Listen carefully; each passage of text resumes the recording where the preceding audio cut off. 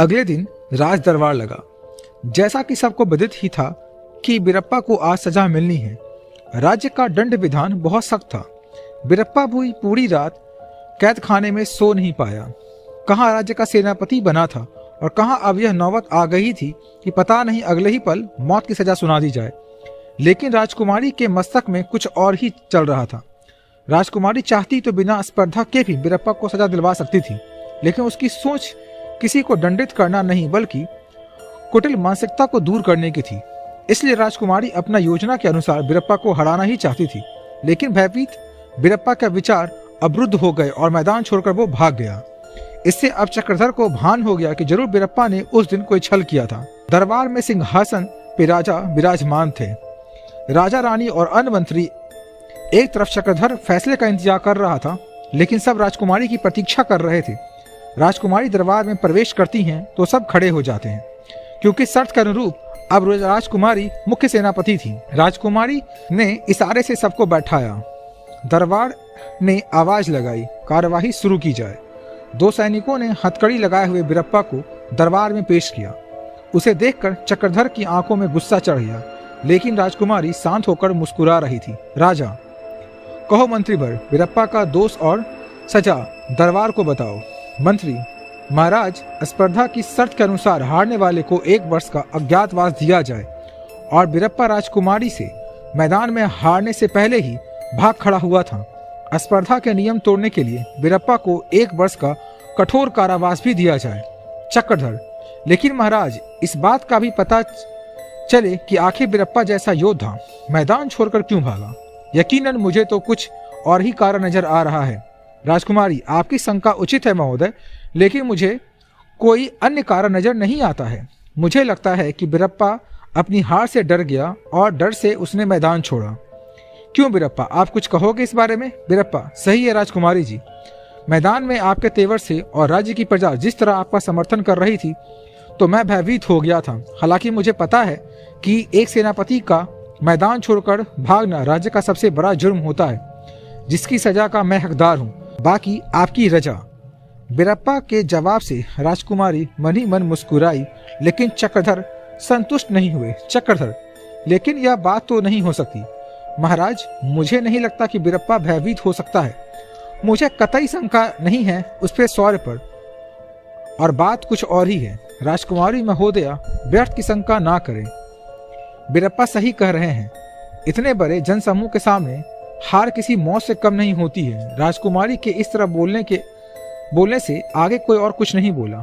अब सजा की बारी थी, तो ये पहले से तय था। राजा, ठीक है, लेकिन अब बीरप्पा की सजा क्या है राजकुमारी? यह भी आप ही तय करें। राजकुमारी जी, पिताश्री, बीरप्पा को स्पर्धा हारने के शर्त के अनुसार 1 वर्ष का अज्ञातवास दिया जाता है। इसी वक्त बीरप्पा की आंखों पर पट्टी बांध दी जाए। आज्ञानुसार बीरप्पा की आंखों पर पट्टी बांध दी जाती है। लेकिन चक्रधर राजकुमारी के इस फैसले से खुश नहीं था। चक्रधर को शंका थी कि जरूर राजकुमारी कुछ छुपा रही है। अब शर्त के अनुसार उन्हें सजा ही देनी थी, तो बोल भी नहीं सकता। अगली शर्त के अनुसार सेनापति का पद अब राजकुमारी को मिलना था। मंत्री, महाराज, अब सेनापति के पद पर राजकुमारी का तिलक किया जाए। राजकुमारी, नहीं मंत्रीवर, मैं अभी इस पद के लिए योग्य नहीं हूँ। राजकुमारी के इस फैसले से सभी हैरान हो गए। इतना बड़ा पद राजकुमारी यूं ही छोड़ रही हैं। चक्रधर, किंतु राजकुमारी जी, स्पर्धा की शर्त के अनुसार अब यह पद आपको ही संभालना होगा। राजकुमारी महोदय, मुझे अभी बहुत सी विद्या का अभ्यास करना है। अभी मैं उस लायक नहीं हूँ जो इस जिम्मेदारी को संभाल सकूं। मैं दरबार से अनुरोध करती हूँ कि किसी योग्य व्यक्ति को इस पद की जिम्मेदारी सौंपी जाए, और मैं इस पद के लिए श्रीमान चक्रधर को उचित व्यक्तित्व मानती हूँ। बाकी दरबार के विद्वानों की सहमति से जिसे उचित समझो उसे चुना जाए। दरबार के सभी लोगों ने चक्रधर के समर्थन में हाथ खड़े कर दिए। एक बार पुनः चक्रधर के सर पर सेनापति का ताज पहनाया गया, लेकिन चक्रधर को राजकुमारी की योजना समझ में नहीं आ रही थी। राजकुमारी ने भी अजीब फैसला लिया था, लेकिन उसके पीछे उसकी शुद्ध सोच थी, जो किसी को सजा देने से ज्यादा उसे गलती का एहसास कराने का और सही मार्ग पर लाया जा सकने का था। आदेशानुसार बीरप्पा को दूर एक जंगल में छोड़ दिया गया, जिसका रास्ता बीरप्पा को नहीं पता था, और जंगल के मुख्य रास्तों पर पहरा लगा दिया गया ताकि 1 वर्ष तक बिरप्पा इस जंगल से बाहर न आ सके। राज्य में अब सब कुछ सामान्य हो गया था, लेकिन बिरप्पा घने अनजान जंगल में घूम रहा था। दूर दूर तक से वनस्पतियां ही थी। ना सूरज के दर्शन होते, ना कोई प्राणी नजर आता। बस जंगली जानवर की डरावनी आवाजें ही सुनाई देती थी। शाम तक घूमते घूमते बिरप्पा को पानी तक नहीं मिला करती। कभी कभी बड़े सर्प मिलते तो कभी कोई डरावनी पशु। ऊपर से पेड़ों के आच्छादित और नीचे से जमीन भी वनस्पति से ढकी हुई। एक पैर भी नीचे नजर आए बिना रखता तो खतरे से खाली नहीं था। ऊपर ना देखे तो किसी भी पेड़ की कोई टहनी से टकरा सकता था, लेकिन बिरप्पा ने हिम्मत नहीं छोड़ी, चलता रहा। कई बार चोट भी लगी, पैर में कांटे भी चुभे। आखिर इस भयावह जंगल में कहाँ रहेगा। बिरप्पा को पता था कि जंगल के चारों तरफ सैनिक भी मौजूद हैं। बाहर जाना तो वैसे भी मौत को मासी कहना है। राजकुमारी ने तो बिरप्पा से ज्यादा दंडित नहीं किया था, लेकिन फिर बिरप्पा के कुटिल मस्तिष्क में अकुशित विचार भी पनप रहे थे। बिरप्पा सोच रहा था कि 1 वर्ष कैसे भी बिताऊंगा और वापस राज्य में जाकर राजकुमारी का सर्वनाश कर दूंगा। शाम हो गई, अंधेरा होने लगा। अब ठौर अभी तक कोई नहीं मिला था। अचानक उसमें को एक गुफा दिखी जिसमें कुछ रोशनी सी आई। बिरप्पा की आंखों में अब चमक आ गई। अचानक ही पैरों की रफ्तार बढ़ गई और गुफा तक वो पहुंच गया। गुफा के पास पहुंचकर बिरप्पा चौंक गया। पहरेदार की तरह एक सिंह बैठा था। इससे पहले ही बिरप्पा सचेत हो, सिंह ने उस पर हमला बोल दिया। अपने नुकीले पंजों से सिंह ने एक जोरदार खरोच बिरप्पा के मुंह पर मारी। चेहरा लहूलुहान हो गया, लेकिन बिरप्पा था तो एक कुशल योद्धा और अब अपमानित भी था, तो घायल नर भी सिंह से कम नहीं होता। बिरप्पा ने जवाबी हमला कर दिया। सिंह ने अगले और दोनों पैर को पकड़कर उल्टा पटक दिया। अब सिंह ने आवेश में आकर एक जोर की दहाड़ लगाई। एक बारगी पूरा जंगल सिहर उठा। पक्षी भय से शोर करने लगे। छोटे जानवर सभी अपने घरों से बाहर निकल गए, लेकिन बिरप्पा तनिक भी नहीं डरा। अब वो संभल चुका था। चेहरे से लहू टपक रहा था, लेकिन फिर भी दुगने जोश से फिर भिड़ गया सिंह से। अब की बार बिरप्पा ने सिंह के जबड़े पर एक जोरदार घूसा मारा। अब खिसियाई आवाज के साथ सिंह निढाल हो गया। बिरप्पा गुफा की तरफ जाने लगा। तभी सिंह खड़ा हुआ और बिरप्पा के सामने फिर आ गया।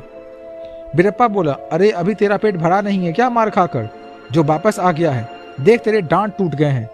मेरा भी चेहरा तूने खराब कर दिया। अब और लेना चाहता है क्या? सिंह बोल तो नहीं सकता था, लेकिन स्वीकारात्मक गर्दन हिलाने लग गया। एक इशारा बिरप्पा को करके आगे चला गया। अब बिरप्पा समझ गया था कि वो क्या कहना चाह रहा है। बिरप्पा सिंह के पीछे पीछे चलने लगा। जैसे जैसे आगे बढ़ रहा था, गुफा और गहरी होते जा रही थी। गुफा में असंख्य सिंह थे, लेकिन अब किसी भी सिंह ने बिरप्पा पर हमला नहीं किया। बिरप्पा आश्चर्यचकित था, लेकिन बिना कुछ बोले चुपचाप पीछे पीछे चल रहा था। कोई 1 मील गुफा में चलने के बाद बिरप्पा ने देखा कि एक बड़ा सा अग्निकुंड है। कमंडल लिए और अर्धनग्न अवस्था में लंबी दाढ़ी वाला एक इंसान बैठा है, ध्यान मग्न अवस्था में। आसपास का दृश्य और भी भयानक था। ऊपर देखा तो उल्टे पुल्टे लटके चमगादड़ और बाल बिखेरे हुई कई काली चुड़ैल भी थी। बिरप्पा को समझ नहीं आया कि हो क्या रहा है, लेकिन सिंह से जंग जीतने के बाद अब वो भयभीत नहीं था। सिंह अग्निकुंड के पास जाकर बैठ गया। तभी एक चमगादड़ तीव्र गति से बिरप्पा की तरफ आया। बिरप्पा सचेत था, उसने एक गुस्सा मारा और चमगादड़ ढेर हो। बिरप्पा उस चमगादड़ को देख रहा था कि तभी एक भयानक हंसी के साथ एक चुड़ैल ने बिरप्पा पर हमला कर दिया। अपने लंबे बालों को बिरप्पा की गर्दन के चारों तरफ लपेट दिया। बिरप्पा की सांस उखड़ने लगी, लेकिन बिरप्पा ने हार नहीं मानी और गले में लपटे हुए बालों को उखाड़ दिया। एक चीख के साथ चुड़ैल गिर पड़ी। अब बिरप्पा पूर्ण सचेत हो गया। तीव्र गति से नजरों को चारों तरफ चला रहा था। तभी एक गंभीर आवाज गूंजी, शांत हो जाओ दरबारियों। बिरप्पा ने देखा कि जो महाशय ध्यान में बैठे थे अब खड़े हो गए और गंभीर आवाज में बोले, कौन है यह वीर? मेरे 3 सेनापतियों को हराने वाला बिरप्पा। मेरा नाम बिरप्पा है। मुझे अज्ञातवास मिला हुआ है, लेकिन आप कौन हैं? मैं शैतानी शक्तियों वाला चांडाल हूँ। बिरप्पा, ओह, आपका दरबार भी बहुत ही शानदार है। तुमने मुझे खुश कर दिया। तुम्हारी वीरता से मैं प्रसन्न हूँ। तुम जो चाहो मैं तुम्हारे लिए कर सकता हूँ। बिरप्पा, मुझे 1 वर्ष बिताना है बिना किसी बाधा के।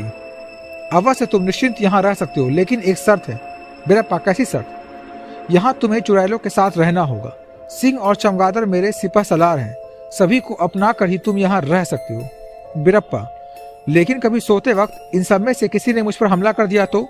नहीं, तुमने मेरी तीनों सेनाओं को हरा दिया है। अब मेरे दरबार के मुख्य सेनापति तुम हो। वादा है मेरे सैनिक तुम्हें कोई कष्ट नहीं पहुंचाएंगे। बिरप्पा जी, आपका धन्यवाद।